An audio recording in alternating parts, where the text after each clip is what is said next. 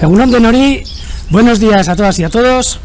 Un día más, el día 3 de abril, aquí con todos vosotros desde el Urdaibai Bird Center para comenzar con un nuevo recorrido por la reserva de la biosfera de Urdaibai y poder enseñaros algunas de las maravillas que tenemos hoy mismo en la Laguna de Orota, en Gautegi Zarteaga. Bueno, tengo un montón de comentarios, sobre todo de la gente que seguís en el chat, que os conectáis muy temprano, incluso algunos a la noche, y en el que me vais también transmitiendo pues las cosas que vais viendo con la cámara en directo, ¿no?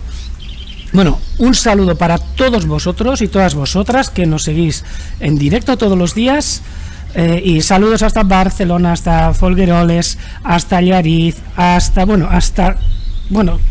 todos los lugares de la península de donde nos soléis escribir: Sevilla, Esparraguera, Beasañetic, Tolosatic, de un montón de lugares, y animaros a que sigáis con nosotros participando en este chat, ya que de verdad que nos ayudáis un montón.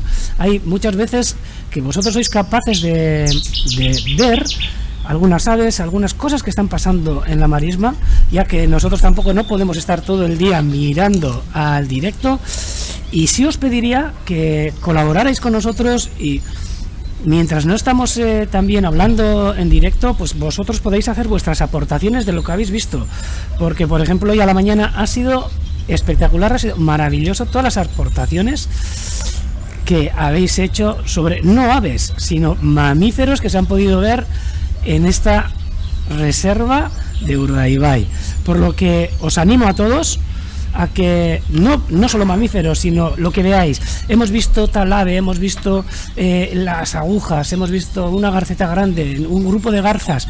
Cualquier comentario que queráis hacer, por favor, no dudéis en hacerlo, porque con eso nos ayudáis no solo a poder retransmitir más fluido este recorrido que vamos a hacer, sino también os ayudáis a completar el censo que todos los días subimos a la página de ornito.eus y a la página de eBird, en el que aparecen todas las especies que hemos podido observar pues a las mañanas antes de comenzar la retransmisión, y también luego solemos completar al final del día con otras que hemos podido ir observando durante el día.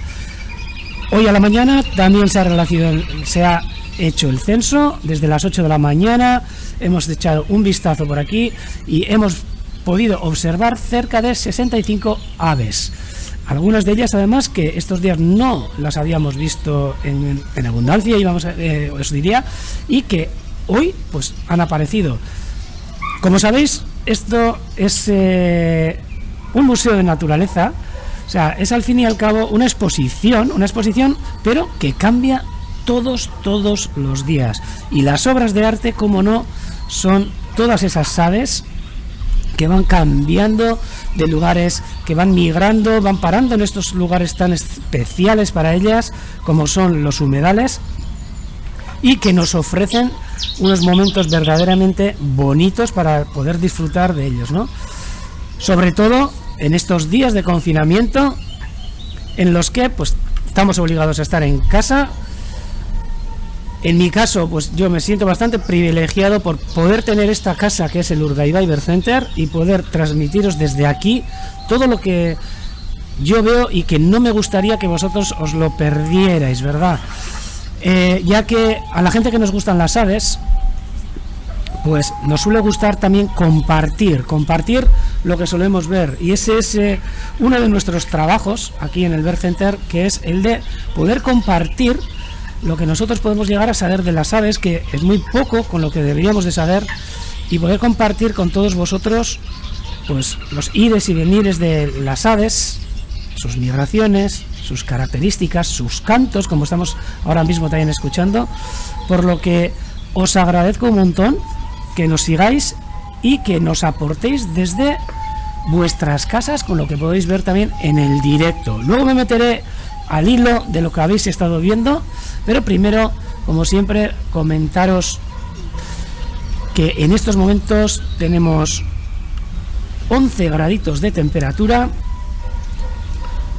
Un día precioso, ha salido un día totalmente despejado, que luego en un momento se ha empezado a nublar. Es cosa habitual en estas zonas donde mucha gente a veces pues nos comenta, ¿no?, que en un mismo día podemos tener varios cielos distintos y varios climas distintos, ¿no? Desde lloviendo, una niebla terrible, de repente despejado, nublado, tormentas, incluso nieve de vez en cuando, muy pocas veces es verdad, pero un clima muy cambiante que se da en esta parte de la costa cantábrica del País Vasco, justo en la reserva de la biosfera de Urdaibai. Ahora podéis ver unos rayos de sol que están incidiendo entre las nubes, un paisaje precioso que además parece ser que está iluminándonos el centro, ¿verdad? Bueno, pues con esta imagen vamos a dar comienzo y a ver qué aves podemos ver hoy. Comentaros también que disponemos de otra cámara web que no está en la marisma, sino que, bueno, también está mirando a la marisma, pero que lo tenemos en el tejado, donde yo os pasaré de vez en cuando a esa cámara. Es una cámara que tiene, como podéis ver enseguida, un comedero. Los protagonistas son las aves que se acercan a estos comederos, y hoy, como muchas de las veces, pues aquí le tenemos a una curruca capirotada, que es el amo y señor del comedero, y siempre que puede pues anda espantando a todos los demás, a todas las demás aves que se acercan pues también a disfrutar de la rica comida que les damos, ¿no? Que son cacahuetes frescos, pipas de girasol y unas bolas de grasa con semillas que también les encantan. Un saludo, antes he comentado, saludo desde luego a todos los lugares de donde nos estáis escribiendo, incluso ahora estoy viendo desde Doñana, un increíble lugar también al sur de la península, muchísimo más grande que Urdaibai, pero también un humedal precioso donde miles, diría que millones de aves paran también en sus migraciones y donde viven día tras día, ¿no?, en ese maravilloso parque nacional que es el de Doñana. Pues un saludo hasta Doñana también, un saludo de humedal a humedal. Y bueno, y vamos a empezar con la retransmisión y con el viajecito por la marisma, ya que hoy, pues bueno, nos han comentado mucha gente que estáis escribiendo en el chat que habéis visto, incluso, bueno, habéis visto mamíferos, habéis visto, aparte de aves, habéis visto un zorro, habéis visto un corzo, además un zorro que lo habéis podido captar en imagen. Creo que tengo también imágenes que me ha dejado ahora mismo un compañero, en las que os voy a enseñar, ¿por qué no? Un saludo hasta Sevilla también.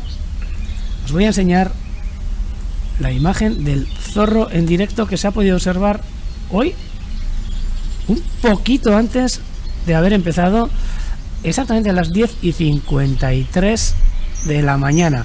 Justo un poco antes había estado yo mirando en la ventana, pero no he sido capaz de verlo, y en estos momentos os voy a enseñar las imágenes de un precioso zorro que se ha acercado hoy a la marisma. Y como ahora vais a ver, grabado en directo hace escasamente un cuarto de hora, hemos podido ver estas imágenes donde de repente han empezado los archivedes comunes, archivedes claros, a correr de un lado para otro, y ha sido justo cuando, por el dique que separa el agua dulce y el agua salada, nos aparece este precioso zorro, que lo veis ahí entre los juncos, y que, como veis, tampoco les hace mucho caso a las aves que están en el entorno. Seguramente pues este zorro tendrá, me imagino, que la tripa bien llena. Jesús nos comenta que lo ha visto en directo, y ahí ha estado el zorro, que ha molestado un poquito a los archivedes claros, que van a la vez que la cámara con el recorrido, pero que lo hemos podido ver.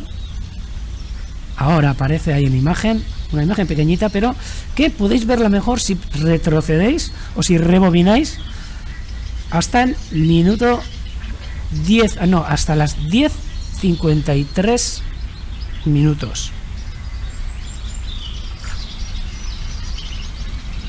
Nos preguntan a ver si me podéis escuchar. Creo que sí, ¿verdad? Hay muchas veces que quizás tenéis que actualizar vuestro directo, o podéis pinchar el F5, como nos ha enseñado Vicente, nuestro compañero.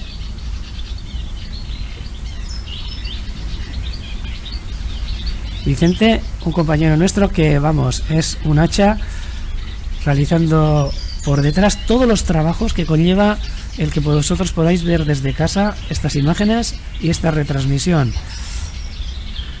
Ahora mismo él desde su casa de Busturia, aunque él es de Chiclana, es gaditano, es de Euskadiz en este momento, y hay desde casa echando una mano, echando 30 manos para que este directo vaya adelante y vosotros podáis disfrutar de todas estas imágenes. Un saludo pues desde aquí, desde Lourdes Vertiente, para Vicente, y bueno, y para todos los demás compañeros también que están detrás aportando con su información y con todos los datos que hacen posible que esta retransmisión sea más fluida, ¿verdad? Y lo que os he dicho, no os olvidéis de compartir con nosotros todo lo que queráis por el chat, que tanto por YouTube o tanto por el chat de la cámara podéis entablar conversación con nosotros, ¿no? Vamos a dar primero, como todos los días, una pequeña vuelta por el paisaje y luego ya nos acercaremos a observar algunas aves que se nos han acercado hoy hasta la marisma, y que si el zorro desde luego no nos los ha espantado mucho, pues podremos verlas, ¿no? Pero siempre suele haber, aunque haya fauna salvaje que puede llegar a molestarlas un poquito, aquí normalmente los problemas no suelen ser derivados de la fauna salvaje, sino sobre todo de la fauna doméstica y sobre todo de los perros, que muchas veces suelen andar pues suelen andar sueltos por estos enclaves de máxima protección para las aves. Como veis, un día precioso, nubes y claros. Ahora mismo se ha empezado a nublar. Tenemos viento norte ahora mismo. Bueno, el norte que está rolando, diríamos, sí. Y nos viene también del oeste. Y, según han dicho las previsiones, un día magnífico de primavera, que podemos incluso pasar la barrera de los 20 grados. Pues bueno, pues disfrutaremos desde casa o desde nuestras ventanas, pues de esos 20 graditos o más que podamos tener hoy aquí en esta zona del País Vasco. Un día tranquilísimo, donde los animales andan ahora en unos días también muy especiales para ellos. Tienen que estar, yo creo que tanto las aves como sobre todo los mamíferos, ¿no?, flipando, y estarán pensando a ver dónde Cristo nos hemos metido, ya que en lugares donde habitualmente el ir y venir de la gente es intenso, como en nuestras playas, en nuestros paseos, en nuestras ciudades, en nuestros pueblos, de repente, en 15 días, hemos desaparecido del mapa. Pues tiene que estar alucinados, de verdad. Tanto los zorros que se están viendo últimamente muy cerca de nuestros pueblos, los jabalíes, incluso algún corzo también que se ha visto, porque ven pues que en principio no tiene ningún peligro, ya que todas estas aves y todos estos mamíferos que estamos viendo, pues normalmente tienen miedo al hombre. Bueno, a la humanidad, diríamos, ¿no? Y son en verdad animales supervivientes, pero animales temerosos a nosotros, que son los que han podido sobrevivir, ¿no? Todos los que no nos tenían miedo actualmente, pues yo diría que están extintos, ¿no? Porque una de las mayores amenazas para todo este tipo de animales somos nosotros, ¿no? Y han aprendido a temernos y a evitar, por supuesto, los lugares por donde andamos. Y, por supuesto, acercarse hasta nosotros, ¿no? Y ahora, de repente, pues en 15 días, hemos desaparecido del entorno natural, de las calles, de todos los lugares. Y ahora estarán recuperando esos territorios perdidos, ¿no? También. Y pues campando a sus anchas, mientras puedan, por lugares que ahora mismo pues nosotros no estamos, ¿no? Y me preguntan a ver si se están haciendo estudios de extensión de especies con el confinamiento y tal, y comentaros que nosotros mismos, bueno, tenemos la suerte de vivir en lo que es la reserva de la biosfera Urdaibai. Yo en estos momentos, mi casa es el Urdaibai Bird Center. De aquí, desde esta torre de control que tengo aquí, ¿no?, de este aeropuerto que solemos decir, puedo controlar bastante bien el ir y venir de la fauna, sobre todo de las aves. Pero mis compañeros, que también viven en la reserva, tienen también el privilegio de poder estar contemplando, algunos de ellos, la propia marisma, el estuario exterior. Hay otros que viven en la campiña, y todos nosotros estamos en estos momentos trabajando desde nuestras casas, realizando un monitoreo de las especies de aves, por ejemplo, que estamos viendo durante estos días, ¿no? Cosa importante, ya que es muy difícil tomar datos en un estado de confinamiento de una reserva natural, como una reserva de la biosfera como es Urdaibai, ¿verdad? Y nosotros, pues bueno, pues estamos teniendo la suerte de poder observar de lo que está pasando en nuestro entorno, ¿no? Es por eso también que a vosotros os quiero hacer partícipes de este chat y de estos momentos en los que podáis vosotros también compartir con nosotros qué es lo que veis desde vuestras casas, ¿no? A nosotros nos mandan a nuestro correo infinidad de vídeos, bueno, no infinidad, pero muchos vídeos de gente que ahora con los móviles pues es muy sencillo el poder sacar imágenes de lo que ven desde sus ventanas y desde sus balcones, imágenes preciosas de aves en plena época nupcial, cantando, bueno, algo increíble. También, como nos dice Antoni, pues por supuesto estamos en plena época de reproducción. Algunos van a empezar ya, unos ya han empezado ya con los nidos, y creo que van a encontrarse con un entorno tranquilo, donde las molestias causadas por los humanos pues no interfieran en esta época reproductora. O sea que tiene todas las pintas de, no sé cuánto va a seguir este confinamiento, espero que tampoco sea mucho, pero tiene, para los animales desde luego, espero que sea largo, pero no para nosotros, por supuesto, pero tiene todas las pintas que este año el periodo reproductivo, por lo que a las molestias de los humanos se refiere, va a ser muy bueno. Creo que va a ser para sobre todo rapaces, grandes rapaces y demás, pues va a ser un año muy bueno para la cría de ellos. Aquí, por ejemplo, muy cerca de nosotros tenemos problemas pues con alimoches que crían en algún cortado cercano y que todos los años se acercan hasta Urdaibai por estas fechas, por las fechas de marzo, abril, a intentar criar, y todos los años tienen algún problema, sobre todo con gente que no sé si se da cuenta o no, aunque pone carteles bien claros, pues gente que anda escalando en zonas de esas, y justo en las épocas donde está prohibida la escalada en esos lugares, pues también acceden a esos lugares, y solo con una vez que se acceda durante toda la época reproductora se va al traste toda el año de reproducción de esa especies que están en verdadero peligro. Y pues seamos un poco sensatos y pensemos también un poco más que nosotros, ¿no? Que tenemos todo el derecho a tener ocio, pero un ocio sensato, donde sepamos que no estamos molestando y donde sepamos que no estamos, desde luego, interrumpiendo,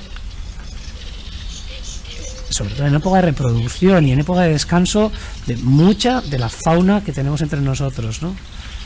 Y como nos dicen, la verdad sea dicha, esa gente nos dirá, o bueno, los animales estarán pensando ahora, Dios, qué paz tenemos ahora.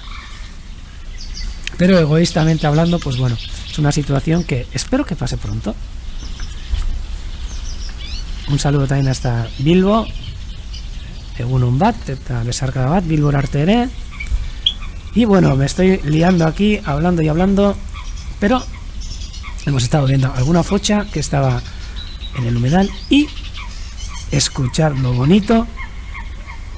Bueno, aparte de la focha esta que también es preciosa como canta, tenemos un carricerín, si no me equivoco, que está sin parar. Ahora se ha callado, casualidad.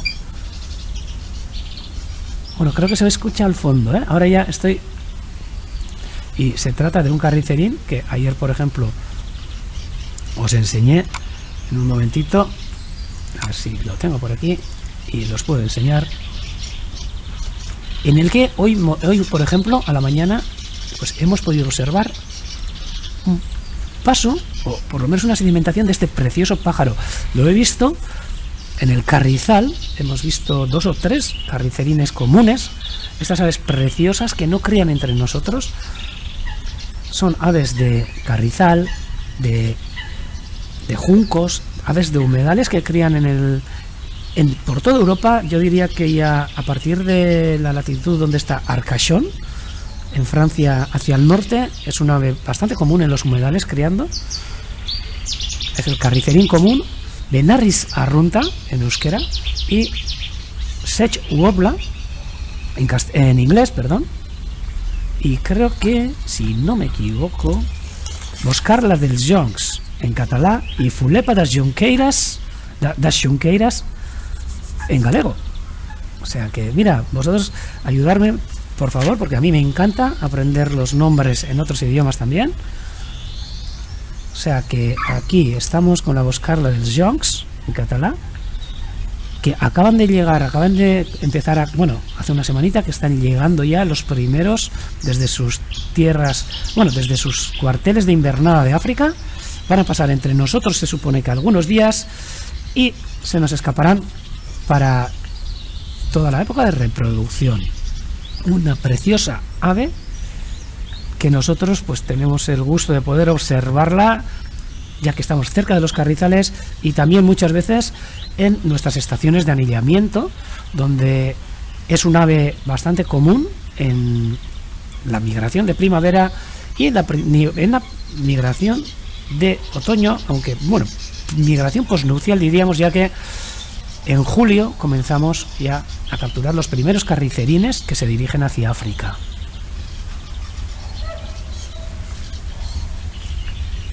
Un precioso ave que le podéis escuchar ahí detrás, que está sin callar. Chiches, os voy a poner, ayer también os lo puse, pero es que es una gozada, y os voy a poner el sonido de este carricerín.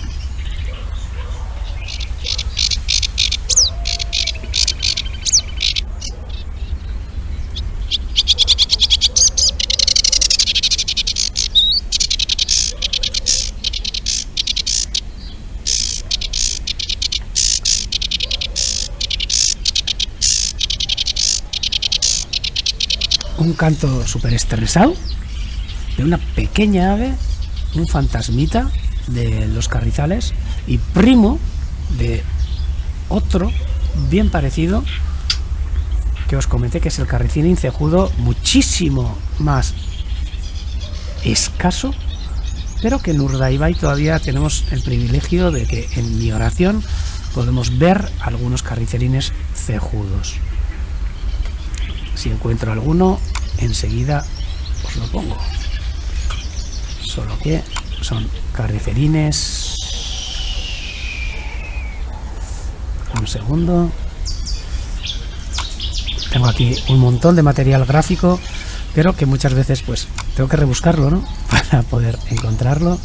Y aquí os voy a enseñar pues, algún carricerín cejudo, pero por supuesto también en mano, ya que es muy común, bueno, no es muy común, pero es a veces pues en las migraciones en agosto, en la posnupcial, pues solemos poder capturarlo por aquí. Un ave que quedan muy pocas parejas, muy parecido, como veis, al carricerín común, y quedarán pues cerca de 15.000 parejas en todo el mundo. Un ave en peligro de extinción, casi aquí en Europa, que cría en Rusia, Polonia, Ucrania, en unos humedales que han sido desecados, muchos de ellos, por lo que sus poblaciones corren verdadero riesgo. Y un ave que cruza todo el continente europeo, salta el Golfo de Vizcaya, lo cruza de arriba abajo, desde zonas de Loira, desde zonas de Normandía y Bretaña, cruza hasta las costas cantábricas y sigue su viaje pasando por la península y sobre todo por humedales de muchísima importancia como son las lagunas de la Nava, en Palencia, en Tierra de Campos, donde es uno de los lugares donde paran estos preciosos paseriformes en sus viajes hacia África, hacia zonas de Senegal, incluso el lago Chad. También tengo oído que van a pasar el invierno para luego volver a regresar, que creemos que por alguna otra zona. O sea que el carricerín cejudo, que ahora no lo tenemos, y el carricerín común, primo de él, que es bastante más común en Europa, pero aquí no cría. Y bueno, y con esta pequeña ave también pues vamos a seguir, que todavía no hemos empezado a hacer la visita a las aves que se nos han acercado hoy. Siempre me suele gustar comentar algunas cosillas sobre aves o detalles, ¿no?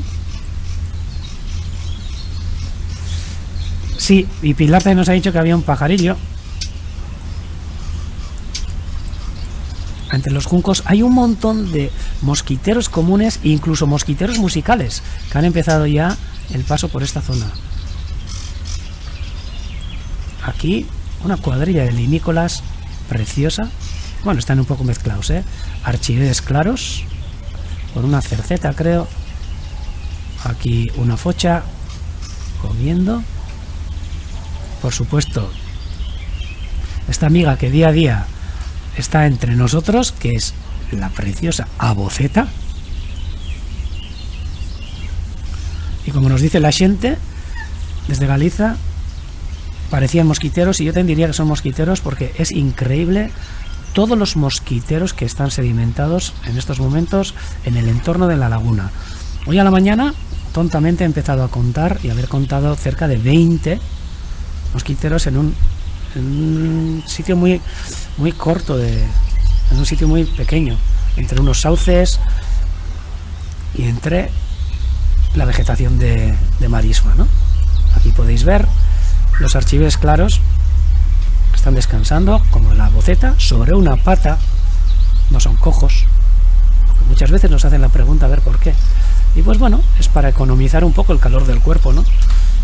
El tener dos patas metidas en el agua pues pierde más frío, digo yo.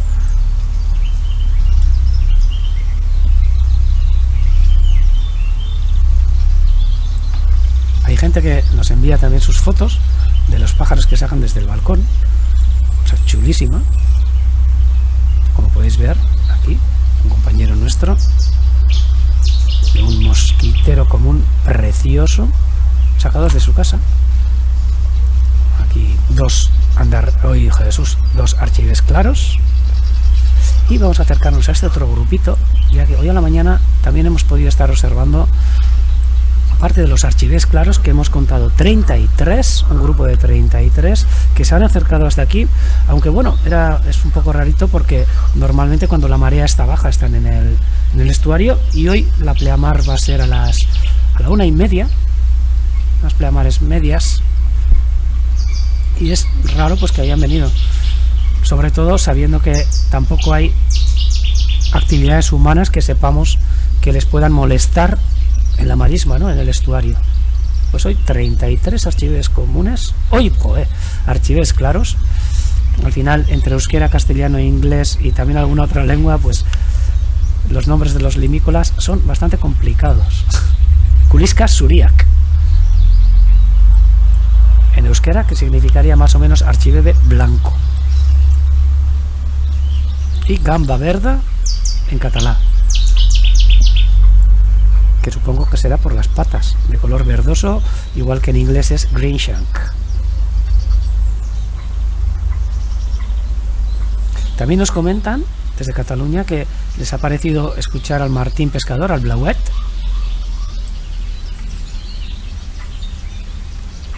pasando cerca del micrófono, y cosa que puede ser, ya que aquí también hay algunos martines pescadores, muy pocos que crían aquí, ya que normalmente necesitan de taludes para criar, de taludes de ríos, de riberas.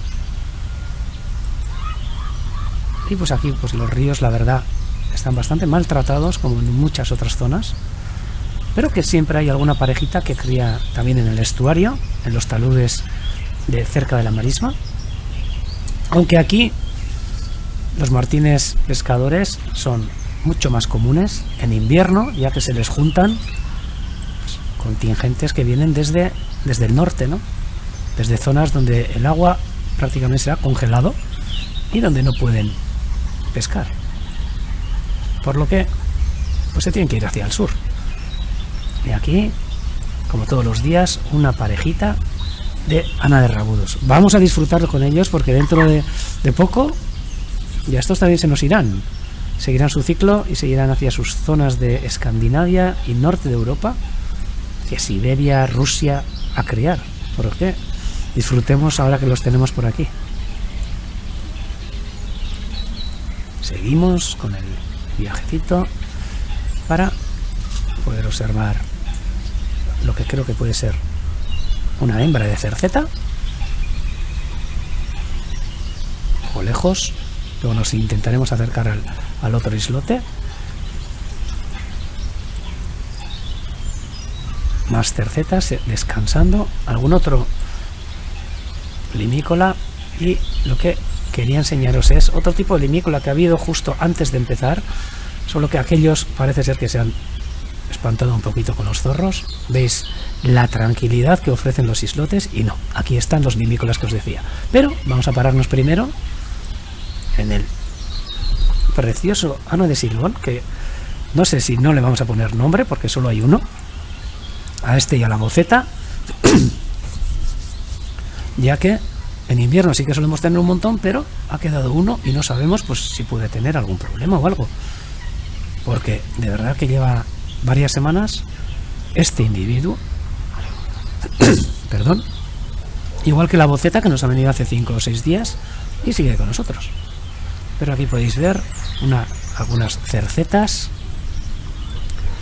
patos cuchara que están dormidos, una focha comiendo plácidamente, y bueno, también más cositas. Otro pato cuchara, este del fondo que voy a poneros en el centro es una hembra de porrón europeo, y 3 andarríos grandes. Estos eran los que os quería enseñar, ya que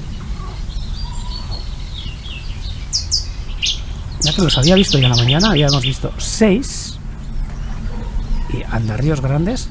Para que os hagáis una idea, os voy a poner las fotos de una enciclopedia chulísima que tenemos. Aquí podéis ver el dibujo del andarríos grande, y también enseñaros el área de cría, el área de cría, el que veis en rosa o magenta en esa imagen. Imaginaros dónde crían estas aves: en la península escandinava, en Rusia, muy en el noreste de Europa. En todas esas zonas es donde cría, y inverna pues en zonas de Francia, Inglaterra, península y Marruecos, y en zonas de Turquía. O sea, un ave,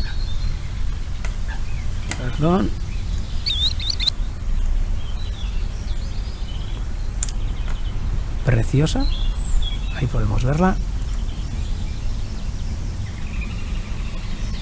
y a ver si encuentro alguna foto de esta preciosa ave que hemos oído ahora mismo se ha oído en el fondo.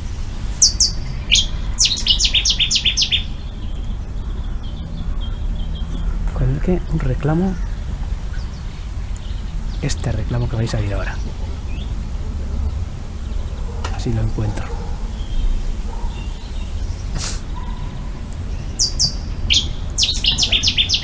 Ese no, ese es el Ruiseñor bastardo. Y este sería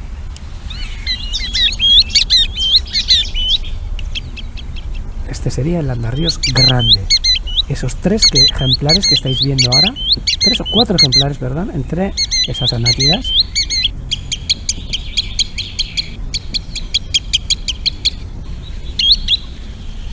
Y este es el sonido típico que hace cuando empieza a volar un Andarríos grande. Otro precioso limícola de muy al norte, que lo podéis observar ahora plácidamente dormidos junto con todas las anátidas. Y ahora vamos a acercarnos ya un poquito antes de pasar a la retransmisión en euskera. Bueno, primero un saludo como siempre, como todos los días, a los cormoranes, preciosas aves que aún las tenemos por aquí, aunque estos también dentro de poco nos abandonarán hacia sus zonas de cría, o sea que vamos a disfrutar, porque ya una vez que se vayan ahora hasta julio, agosto, quizás no los vamos a poder ver, pero entonces pues supongo que ya, aparte de nuestra cámara en directo, pues lo podréis ver desde desde vuestros lugares donde seáis. Y aquí vemos el reflejo en el agua de una preciosa espátula, o sea que nos vamos a acercar para ver estos reflejos de dónde vienen, que será por supuesto del islote de las espátulas. Es muy habitual poder verlas descansando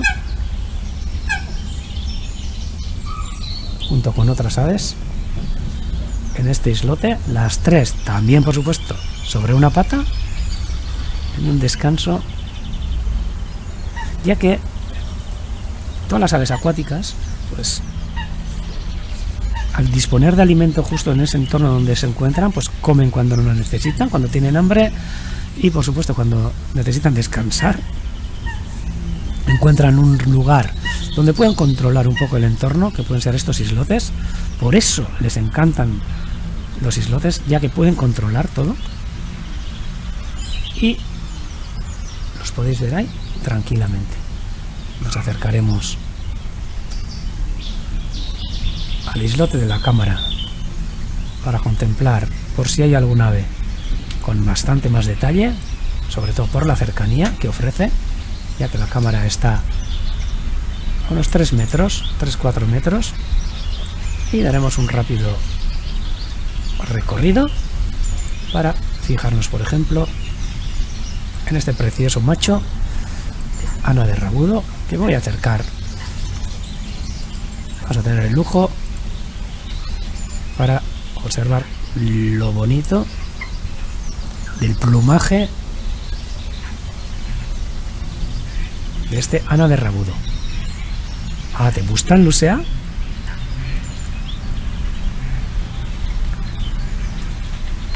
En euskera y pintail en inglés.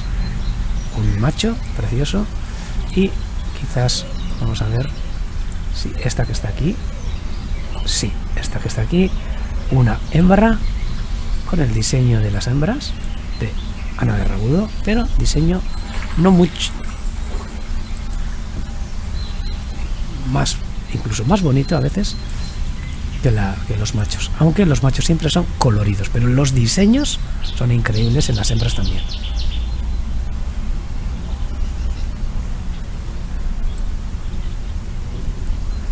Y ahora, bueno, vamos a pararnos también en esta amiga que creo que todos los días también nos visita, y que ayer también pudimos ver que era una garceta común, con las plumas que está sacando ahora, que veis que son preciosas, unas plumas filiformes en la espalda, plumas de decoración, porque estas plumas no le sirven para el vuelo. Estas plumas las saca ahora en la época nupcial y de verdad que suelen presentar. Tenemos algún vídeo grabado de cómo levantan estas plumas, sobre todo para bailes de cortejo.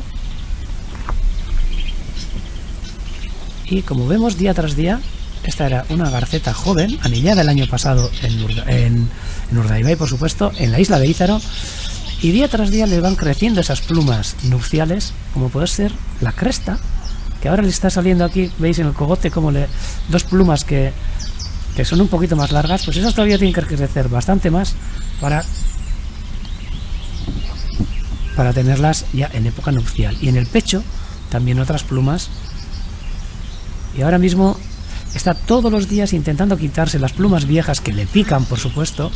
Y aquí veis que es nuestro amigo JC o Juancar, como el otro día nos dijo alguien, con la anilla plástica colocada el 14 de junio del año pasado en la isla de Ízaro. Y bueno, y con esta garceta yo lo que voy a hacer es dar paso a la retransmisión en euskera, y vosotros, todos y todas vosotras, pues estáis invitados a seguirla también.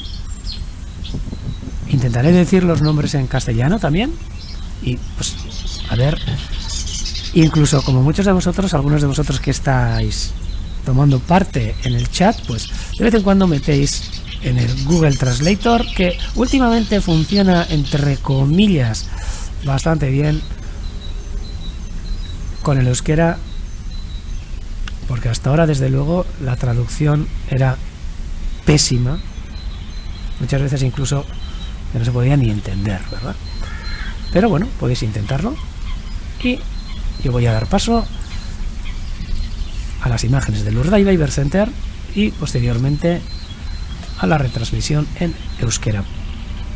Entonces yo os diré también hasta luego a los que desconectéis hasta las 6 de la tarde, y invitaros a que participéis en el chat, y durante las horas donde nosotros tampoco estamos aquí emitiendo, aunque la cámara en directo esté emitiendo, vosotros también podáis hacer las aportaciones como las que habéis hecho hoy, que se ha visto un zorro, incluso que se ha visto un corzo, solo que se me ha olvidado comentarlo, pero bueno, yo lo comentaremos más adelante también, y poner todas esas observaciones realizadas por vosotros con nuestra cámara en directo. Un abrazo a todos y paso con el Urdaibai.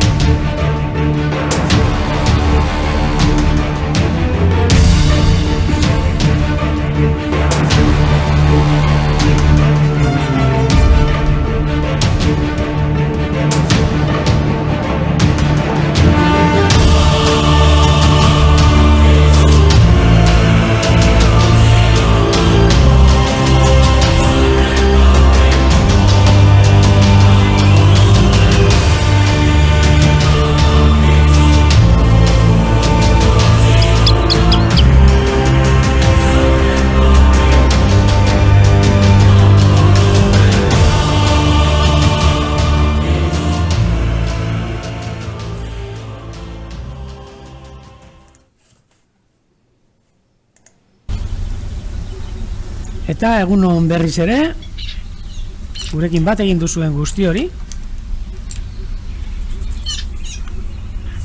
Eta hemen beste egun batetan, apirilaren 3. egun honetan, zuek guztiokin, Urdaibai berzenterretik ere, beste goiz batetan, zuei, hemen Urdaibaiko biosfera reservako, gautegi zarteagako inguru honetan, txoko honetan, ikusi daitezkeen altxorrak, zuei erakusteko prest.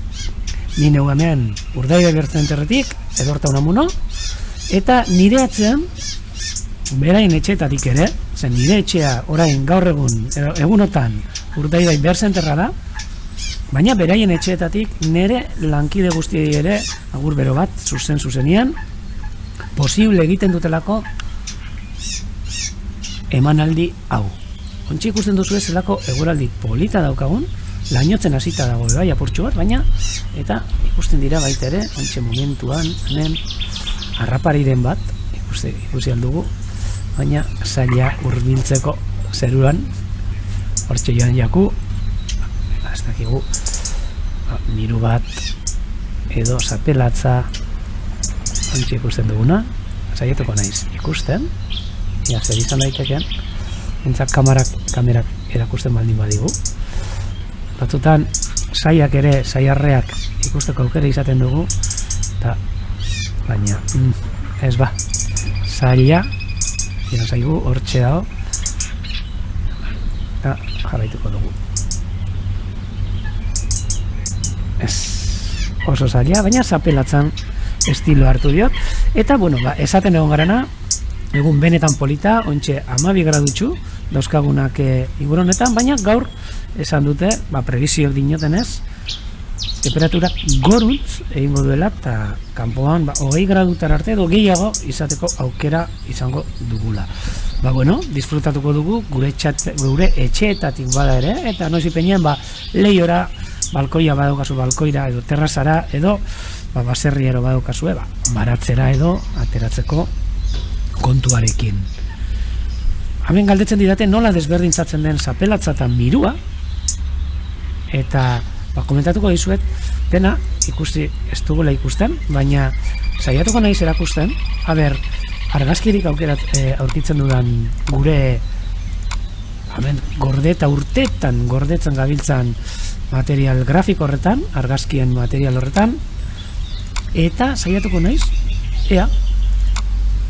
adibidez, beitu, horren zuten den orantxe, zapelatza. Beraz, gainetik egon dana, nik postura egingo neke zapelatza izan dela, ontxe entzun duzu zapelatzaren kantua, eta gero ipiniko dizuet, baina, galdera hori erantzunez, hurbilduko gara zapelatza ikusten.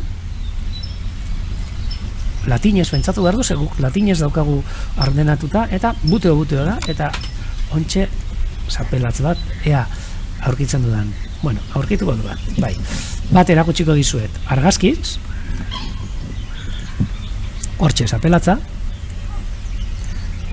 nahiko, esango nuke erretxontxoa, nahiko laburra, izatez, buru handie, harraparit polite, hanka horiekin, egoak izate ditu nahiko zabalak, ea aurkitzen dudan baten bat, egaz da ona, bai, eta hemen erakutsiko dizuet, zapelatz bat, hemen inguruan ateratakoa egaz, ikuste duzue, egoak eta oso zabalak dituela,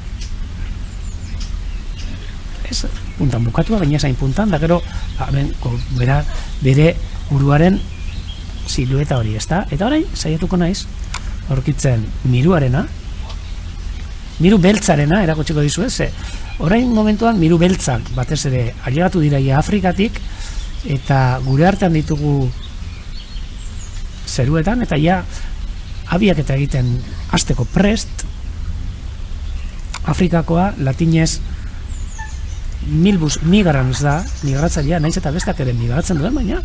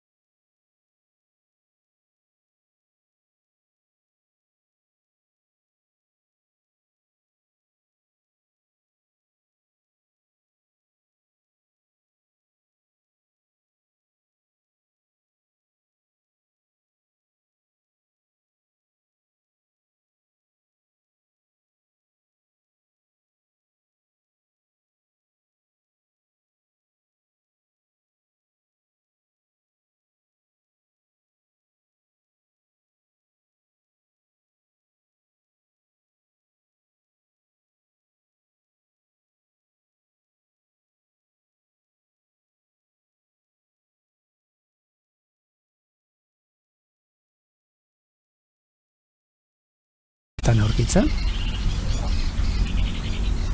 Ea, amendik. Ontxe, segundotxo bat.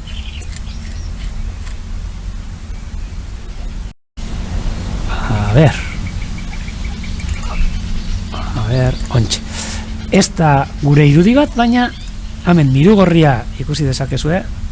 Hau, goitik ikusita, baina betik ikusita ipiniko dizuet. Eta hemen mirugorri baten irudi bat, enziklopedia batetik aterata, eta hor ikusten duzue bustana, askozaz ere koska handiagoa daukala, oso argia da betik, euskeraz mirugorria, ingelesez ere red kite, eta gazteleraz Milano Real. Hau, mirugorria, eta iruditan, noski, oso polita dan harrapari bat.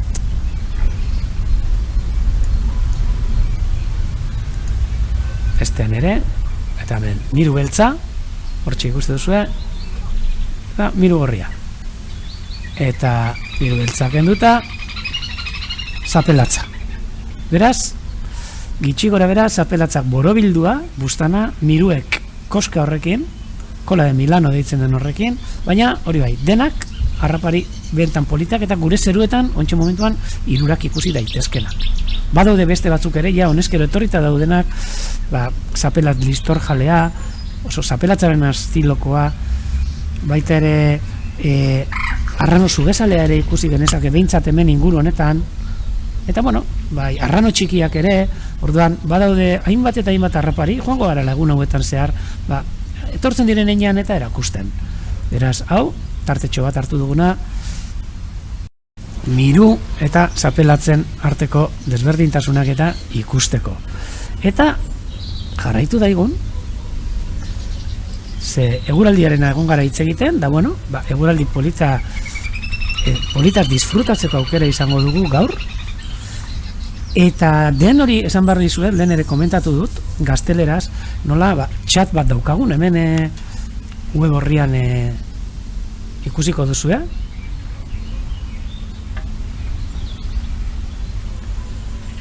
Eta chat horretan, gonbidatzen zaituztegu parte hartzera. Parte hartzeara, ze ikusi izan dugu, jendea egunean zehar ere sartzen dela gure zuzenekoan, eta behaketa batzuk egiten dituela, hegaztien behaketak, eta ez bakarrik hegaztiena.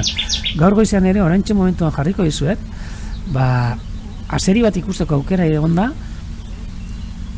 nik zuekin sartu baino, 5 minutu edo 8 minutu lehenago, justo, eta hortxe azeri bat agertu dena, muna inguru horretan, ur beza eta ur gaziaren arteko urmaela banatzen duen muna horretan, hegaztien ingurutik ibili da, ez di inungo enbarazurik sortu, eta ikusteko aukera izan dugu, eta nola enteratu gara, zuetariko batek, lasai asko etxean zegoen, ikusten, zuzenekoa, eta bapatian, azeria ikusi du, eta guri abisatu digu, eta grabatzeko aukera ere eman digu.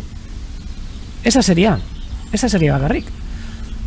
Orkatza ere, ikusi dute, lehenago, beraz, nire gonbitea hemendik zuei guzti hori parte ardezazuen txat honetan, eta ikusten dituzuen hegaztiak, edo entzuten dituzuenak, eta sortzez eskizuen zalantzak, edo, galderak, eta gu, kapaz bagara behintzat erantzuteko, gustorazko erantzungo ditugunak. Hemen ikusten duzuek gaurko benetako eguraldi polite, oskarbi esnatu gara, eta orain gutxika lainotxo batzuk ere hurbiltzen ari zaizkigu. Egun lasaia benetan,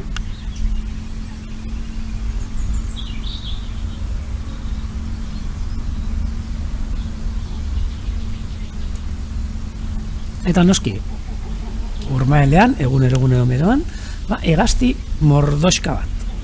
Batzuk, egun honet hauetan zehar ikusi ditugunak, beste batzuk barriagoak edo berriak, honetxe ikusi du zerbait hemen, da badespada, online ikusten dudanean zerbait mugimentua, gelditu eta ikusi ingo dugu zer dan, jakiteko, eta hemen, kuadrilakoa den, honezkero, moko zabal bat, elegantea. Barkatu. Leskartean janari bila.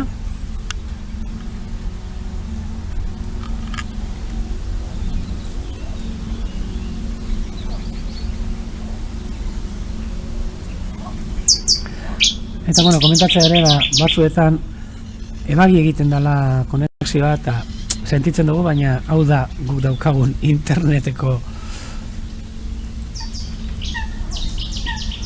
historia hau, eta naiz eta zuntz optikoa hemendik eta 300 kilometrez, 300 metrotara izan, igarotzen ez dakigu guri ez zaigo iritsi, eta ez dakit noiz iristeko asmoa, baina benetan, bueno, itzelezko komeriak egiten ditugu daukagun internetarekin, zuen gainaino heltzen, ezta?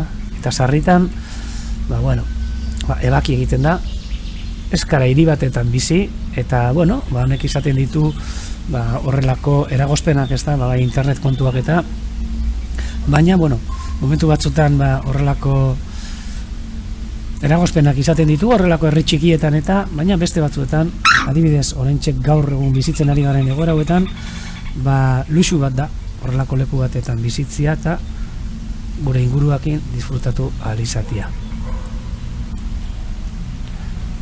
Beraz, parkatuko eskuzue, horrelako ebakiak eta egoten badira, edo kortetxo batzuk. Hemen, ahate bustan luze polit bat ere, jaten.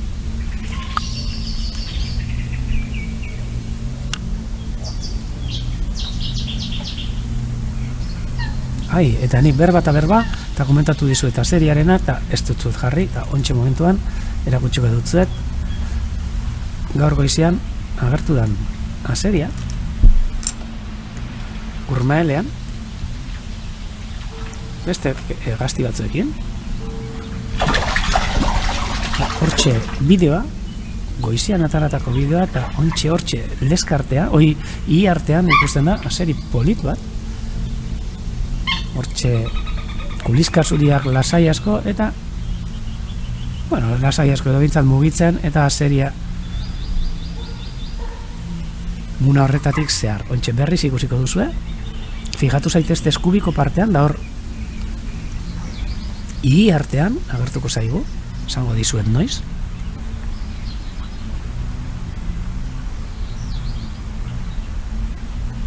Ontxe, hortxe ikusten duzue, gainera ja dagoeneko, hasi zaizio hileak jaustan, ze normalean neguan hiletzu egoten dira, bustana ere potolo-potolo izaten dute,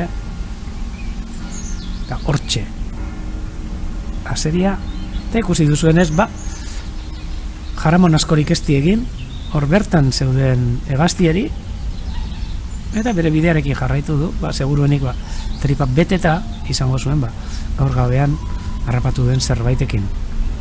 Egia esan, nik berton bizi naiz, oliotokiaren badaukat, eta egunen batetan ere sartu zait oliotokira, baina nire erruagaitik, olioak gaizki itxitan euskalako.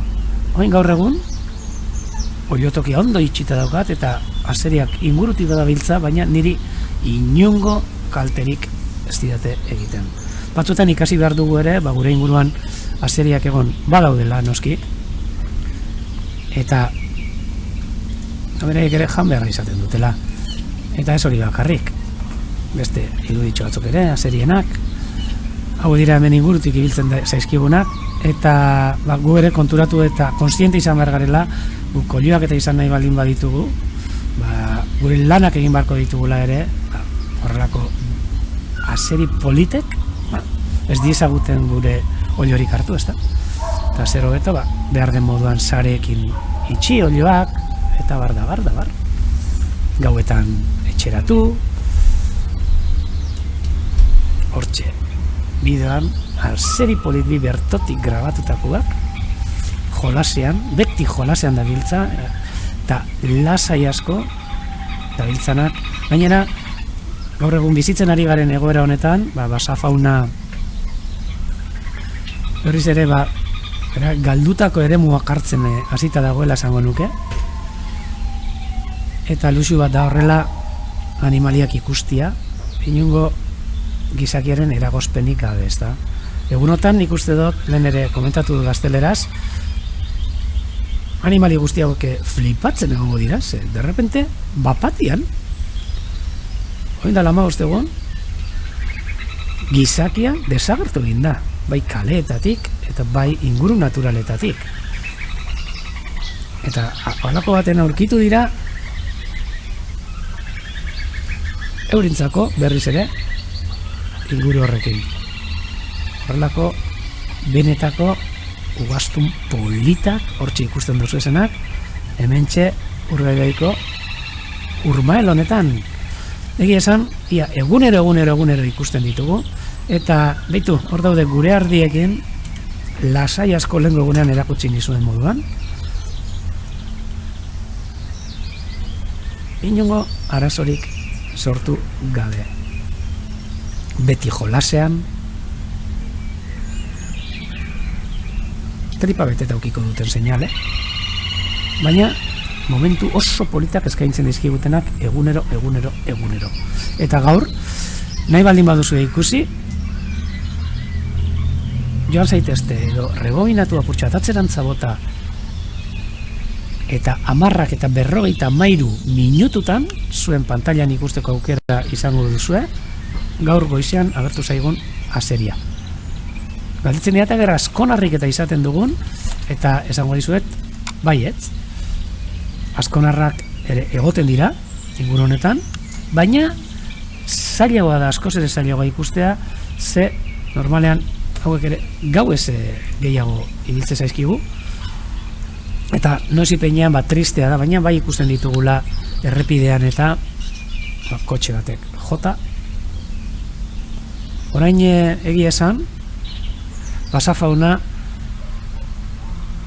pozik egongo da, gu ez, baina basafauna bai, eta gaina ikusita ere trafikoa asko murriztu dela, arrisku gutxiagorekin egongo dira, eta gizakia egunero enbarazu egoten den inguru horietan, momentu honetan libre aurkitzen dira animaliak euren kabuz nahi duten lekuetatik ibiltzeko.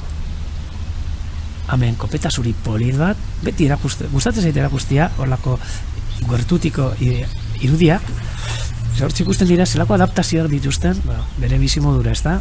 Hauek urtarrak dira, fijatu zaitezte zelako hanka politak dituzten, politak edo, kuriosoak, arraunen antzerako atzaparrekin, eta horiek maimintzen die, hain murgilari honak izatea, eta igerian, abilak izatea.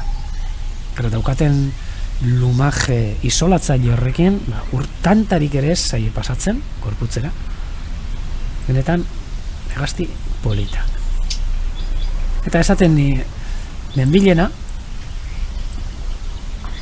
gaur egun, dagoen egoera berezi honetan, animaliak flipatzen egongo dira. Flipatzen ze bai ingurune naturaletatik eta kaleetatik gizakia alde egin du, behintzat 15ean, eta ez dakit ohituko diren ala ez, espero dut hau azkara amaitzia, baina ja entzun ditugu hainbat berri, nola ateak Gernikako kaleetatik, atzo ikusi nuen teleberrian, orkatzak gure herrietara arte sartzen, ez dutelako jenterik ikusten, eta ja egun argiz ere basurde taldeak gure lorategi eta jardinetan hemen, betidanik egon dira, eta lasai asko ibiltzen dira inguru honetan, hain ikusten duzu adibidez basurdearen goldaketa antzerakoak dira, sustraia bilatzen, eta ibiltzen dira hor harakatu lurra eta altxatu egiten dute, ez bakarrik hemen, gure auzokoari grazia askorik ez dio egiten, baina isilik esango dut. Hemen, gure azpian, zaldiak eta dituzten lekuan ere, belardia ere altxatzen diete. Baina, egia esan, nik uste dut, hau dela, horrelako inguru baten bizitzeagaitik ordaindu beharrean daukagun zerga bat, edo tasa bat, basoko fauna ere eukitzea. Eta komila arteko kalte batzuk sortu barrean, hori da guk horiekin disfrutatzeko ordaintzen dugun zer da. Beraz badinotzuet. Garaiotan, bai hegaztiak eta bai ugaztunak batez ere alusinatzen egongo dira eta hortxe egongo dira pentsatzen ia gizakia non sartu da. Hortxe fondoan kuliska zuriak entzuten ditugu eta joan aurretik pasada harintxo bat egingo dugu beraiek ikusteko, lehen hemen ertzean ikusi ditugu eta orain ere saiatuko gara hemen batzuk kuliska zuri laukotetxo bat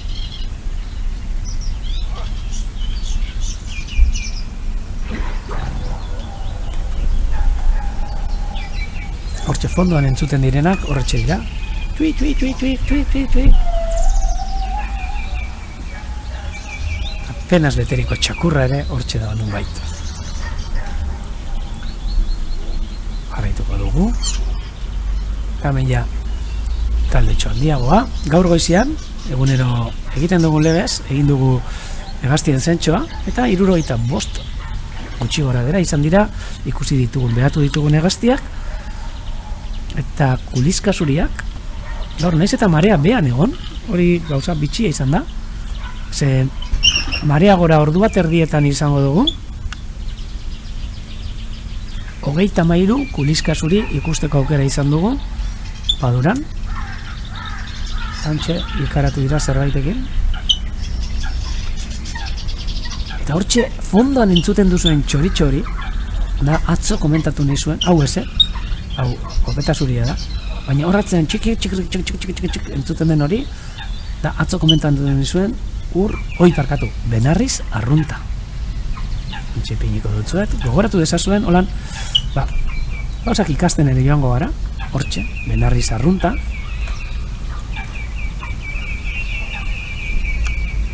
Baina, orain entzuten direnak, kuliska zuriak batez ere, hor, iruditan, jarriko izkizueten, kuliska zuriak. Benarriz Arrunta jarri du, atzean isildu gabe dago, eta gainera gaur aukera izan dugu, bere migrazio polita ikusteko, eta hor leskartean ikusten izan ditugu hegaztitxo hauek, oso zailak ikusteko, baina entzuteko nahiko erraxak, eta atzo ere jarri dizuen, baina gaur ere jarriko dizueze. Benetan oso doinu polita eskaintzen duen txoria da.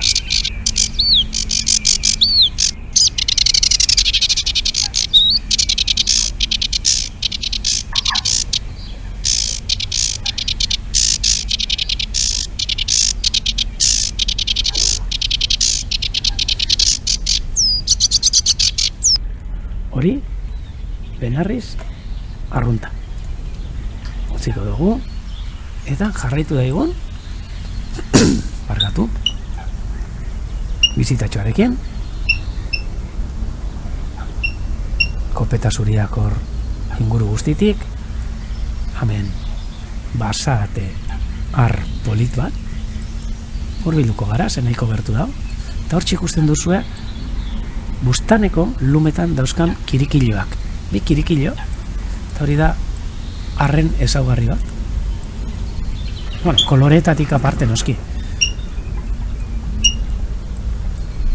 Eta hemen fondoan entzuten den txik, txik, txik hori, uroilan da bat, izan da.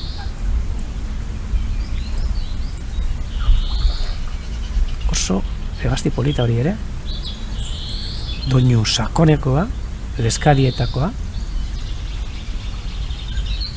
baina ia ikustezina. Bazen urbiltzera, hortxe, entzuten duzuen hori, hoixe, ur horian da. Eta hemen, gure egunetik egunera ikusten gabiltzan, abozeta polita. Abozetarekin batera, hor, beste ATM2 eta egia esango dizuet, momentu honetan ez dizuet identifikatuko, zeagian hanka ere sartu dezaket eta ena zau sartuko. Baina ez, egin da zau sartuko eta listo. Beti ere ez daukaguzetan jakin beharri dena. Eta burua ez badute ateratzen.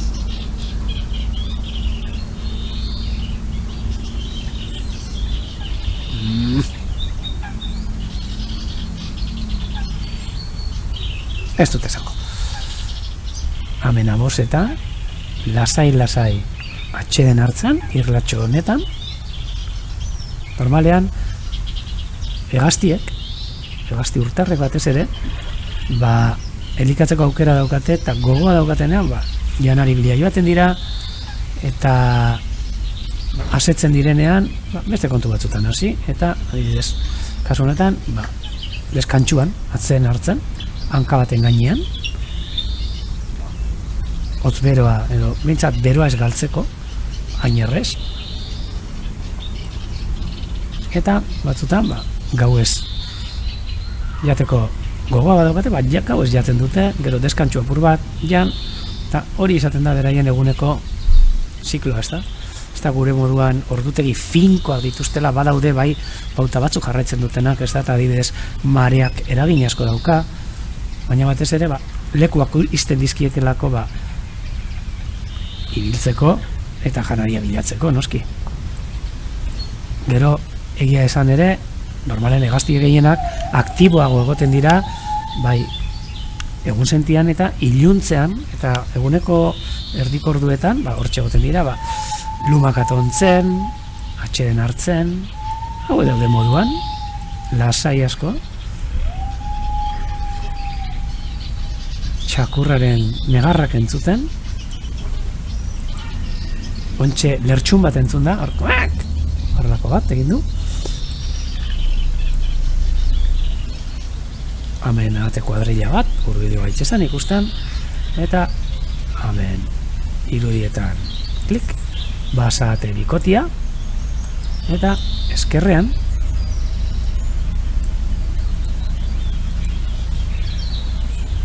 beitu, hemen hiru espezietako harrak. Eskubian basate harra, erdian ahate bustan luze harra, eta eskerrean ahate txistulari harra.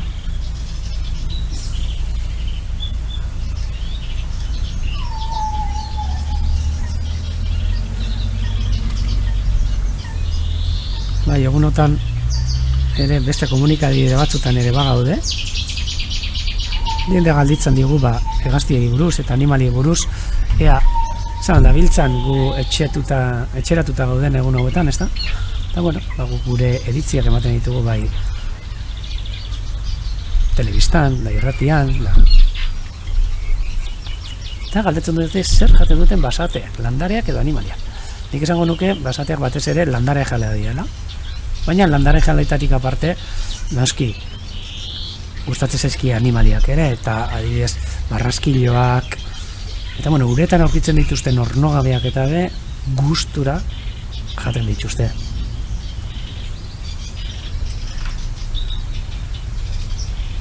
Hortzen, basatea, ahate txistularia, eta, bueno, basatea, ahate bustan luzea, eta ahate txistularia, hirurak batera.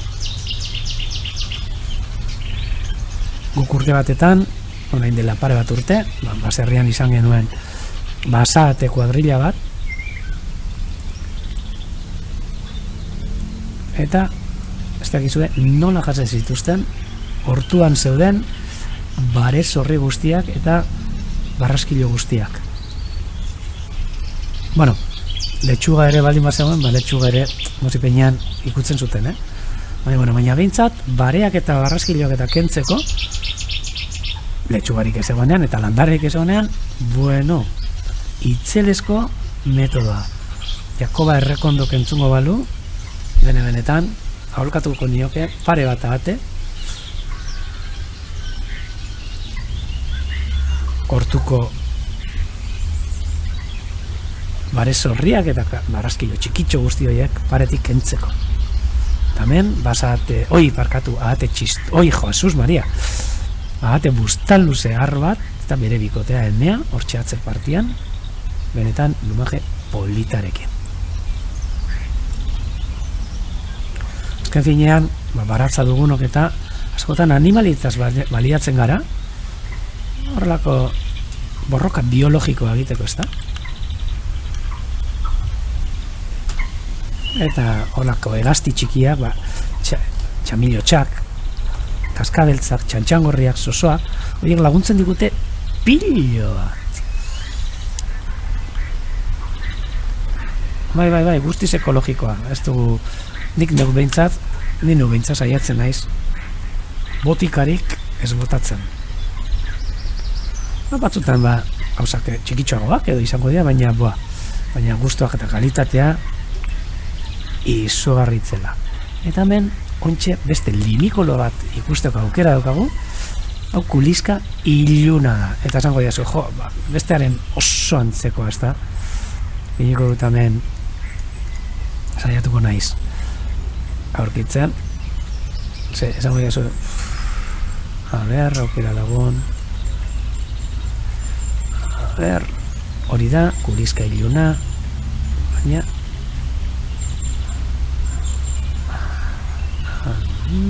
erderaz andarrios grande, erakutsiko dizuedana irudietan, hortxe ikusten duzue, bakarrik hor lo daola, biluriko alinegro galegoz, eta xibita katalanez, eta hau kuliska handia baldin bada, fijatu, erakutsiko da beste batekin, parkatu, hau kuliska txikia noski, baina ez parkatu, Jesus Maria, hau, ikusten duzuen hau, kuliska zuria, orain arte ikusten egon garanak, kuliska zuriak izan dira, baina oraintxe irudietan ikusten duzuen hau, naiz eta oso antzekoa izan, hankak laburragoak eta ditu, eta hauxe da, baina ikusten duzuenez, oso antzekoa, baina guztiz desberdina. Honek kuliska ilun hauek begiratu non egiten duten abia, hortxe gorriz edo magenta kolorez ikusten duzuen hori da, beraiek abia egiten duten lekua, zaituko naiz beste bat aurkitzen eta iruditzak jartzen, hitz egiten gaudenean espaldin badago, Dios, joan zaigu, hainbeste hitz egin da, hortxe atzeko partera joan zaigu, amen dagoz. Hortxe ikusten ditugu, kuliska ilunoiek, pare bat, eta behitu nondik etortzen zaizkigun negua pasatzera, Abi egiten dute hor Eskandinavia urrunean, eta Errusia, Ukraina, Siberiarantza, bitu norarte, Ural mendikatetan arte eta hortik aurrera ere, Asiarantza, hemen Europako argazkia daukagu, baina hortik aurrerantza, paleartikokoa da, ez da? Mendebaldeko paleartikoan, hau da argazki hau, eta hortik aurrerantza ere, abia egiten dutenak oso iparrean, baina negua pasatzera gure artera. Eta hemendik gutxira, hauek ere, martxa egingo digute, beraz, disfruta daigun, beraien irudiakin, ez da? Eta doinu ere oso berezia, ontsetzen duzu,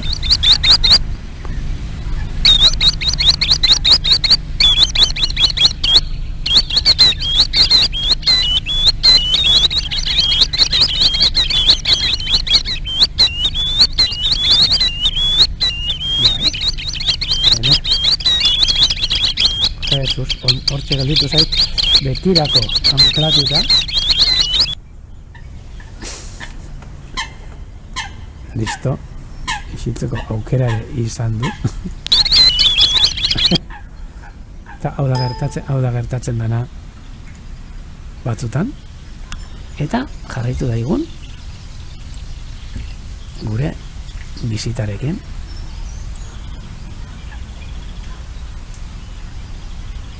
eta hemen lasai asko dauden ahate hauetatik hurbilduko gara gaurko beste lagun batzutara, hemen ikusten diren zertzeta kuadrilla honera, hemen arrak eta emeak nastean, ez bakarri zertzetak, ze hemen behan ikuste dituzue ahate mokozabalak arbi eta eme bat baina guztiz kamuflatuta, oran asko urruntzen bat naiz, ikusten duzue oso zaila dela, hortxe, ikusten duzue erdian dagoela eme bat, baina fijatu zaitezte zelan kostatzen dan hurbildu ezean eme hori ikusten, hortxe erdian dago, zazumarekin hurbiltzen naizenean, orduan bai, ikusi genezakela emea, hor, ahate bustan luze eme, hoi ahate mokosabal emea eta arra.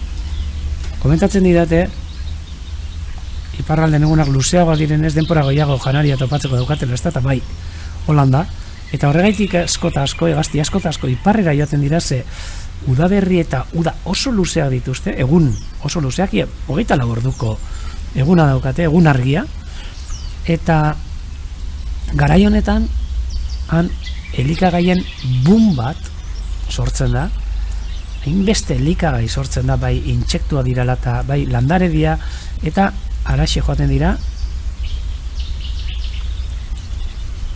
hegazti asko eta asko aprobetxatzera oso egun luzeak, baina sasoi laburra, ze udaren hasieratik aurrera ja eguna berriz ere laburtzen hasten da, eta handik martxa egin beharra izaten dute, hemen ahate mokosabala, lasai asko lotan ur gainean, benetan irudi lasaia eta polite, beraz kilometro asko egin behar izaten dituzte, eta kilometro horiek aprobetxatu egiten dituzte behintzat oso azkar bere txitak eta kunak eta dena ateratzeko. Fijatu zaitezte hemen, mokosabalen irlatxoan, 3 mokosabal lasai asko eguzkitan, hor atzean fondoan entzuten duzuena, hori ubarroia da,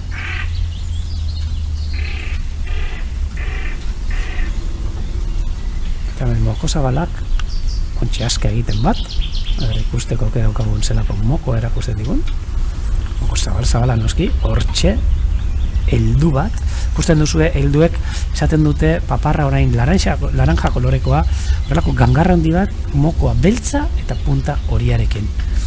Hemen uste dut daudela 2 heldu eta hau aurrekoa gaztetxo bat. Iaz jaiotako mokosabal bat eta lehenagotik jaiotako 2 heldu. Hurbilduko gara orain bukatzen joateko, kamera dagoen irlara, eta betiko moduan saiatuko gara hemen dagoen hegaztiren baten lumajea detailan ikusten. Ui, hemen, zer da hau? Bueno, harrapariak ere badabiltza, eta hemen zerbaiten arrastoak utzi dizkigute. Hor luma batzuk ikusten dira. Bai, badaki zerena izan daitekeen, ze garai batetan hemen ubarroi bat agertu zen hilda, eta beraz nik uste dut honek ubarroiaren arrastoak direla, ubarroi gazte bat izan zen, eta ja duela denpora agertu zen da, amintxe arrastoak gelditu dira Irlan, norbaitek mugitu egingo zituen, garezurrik edo ikusten dugun, ez baina ubarroi baten arrastoak. Hemen ere konturatu zaitezte, hegaztiak badaude, hegaztien artean harrapariak ere badaudela, hegaztiak ere hil egiten dira batzutan, noski, eta hemen gelditzen dira, askotan, ez askotan, baina bintzat ikusteko aukera izaten dugu batzutan, pilarrer izango diot, que ese pobre era un cormorán que pues sabemos que se murió hace tiempo, y pues ahora han aparecido los restos, que alguien los ha movido, eta hemen kopeta zuri bat, baina orain detailan ikusiko. Ze naiz eta beltza izan, bere detaileak ere baditu, lumaje honek. Eta begia ikusteko aukera dagoen, begia izaten duelako gorria ardau kolorekoa, beltz kolorekoa, eta hortxe ikusten dugun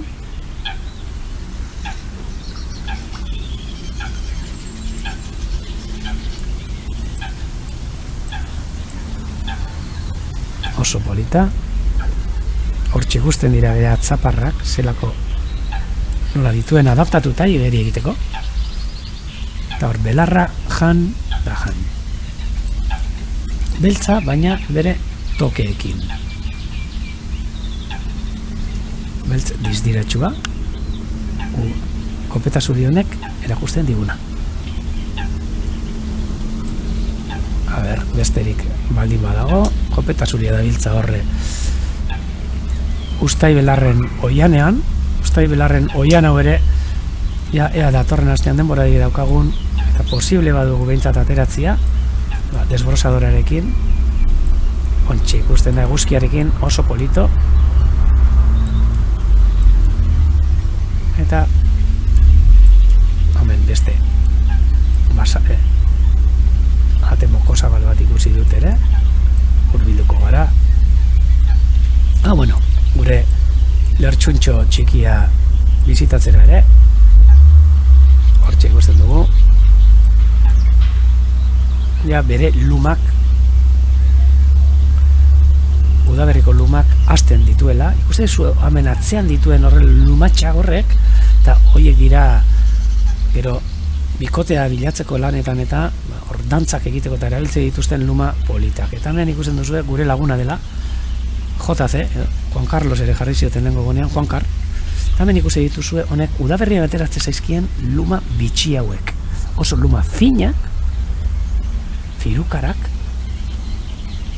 eta horrentxe hasten dituena, horrek asko gehiago hasiko zaizkie, hau gaztetxo bat da, joan den urtean jaiotakoa, eta kopetan ere, badoka horrelako lumatxo bi, baina horrek ondinok asko hasi behar zaizkio. Hortxe da, izaron ugaltzen diren hegazti polita hauek, hala jan ere ikusi duzu jaten duela, eta hortxe irlatxorako bere nitrogeno aportazioa egin duena. Landaredia gustora hasi da dit. Ikusten duzue, hemen inguru hauetan ohikoa iala asunak, zainbelarrak, ustaibelarra, dendenak nitrogenoa asko gustatzen zaien landareak. Eta Pilarre galdetzen digu, ea hemen Niloko antzarrik izan dugun, eta beste leku batzutan abi egiten omen dira, eta bai, guk izan dugu bat noizipein batan bat, nondik igez egindakoa, eta baina ez da gelditu, suertea gurea, baina ikusteko aukera bai, zaituko naiz, ez dakit izango dugun irudirik, baina zaituko naiz ikusten, a ber.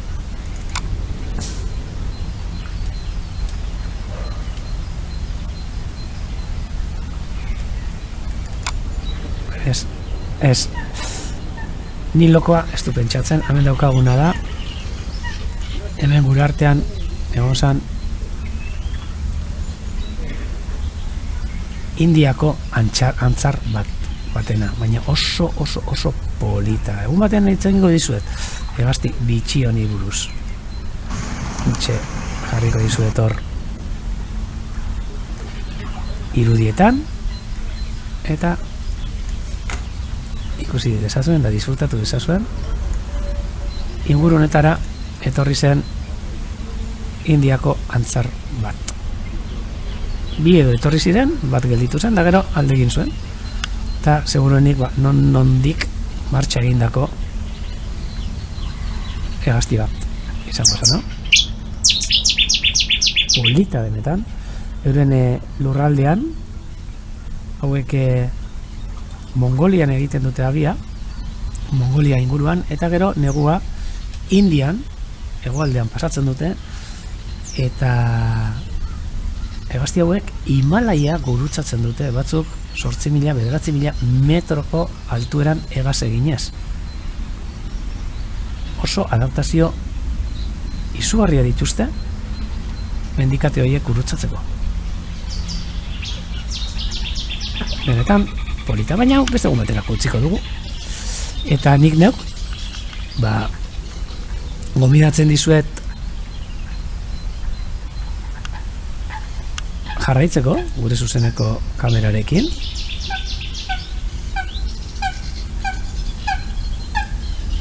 Komentatzen digute, hauek egiten duten kakaren gatik eta animele gehiago etortzen diren, da bueno, egia esan landaredia ekartzen dute, intsektuak ekartzen dituzte, eta horrek beste animalia batzuk erakartzea ere egiten du. Txaron, bizitatxo bat, ez. Eta orain nahi dut, utziko zaituztet, doinu berezi horrekin, Benarri Zarruntaren doinuarekin. Atzean dabil, jot. Oin isildu da, Beraz, nik gero arte esango dutzuet, eta gaur arratsaldeko 6etan, nahi baldin baduzue, beste osteratxo bat egiteko, hemen saiatuko naiz zuekin bat egiten. Beraz, gero arte, egun hona izan daizuela, Baskari goxoak prestatu da, no? Eta egun honaz disfrutatu etxetik badabe. Gero arte!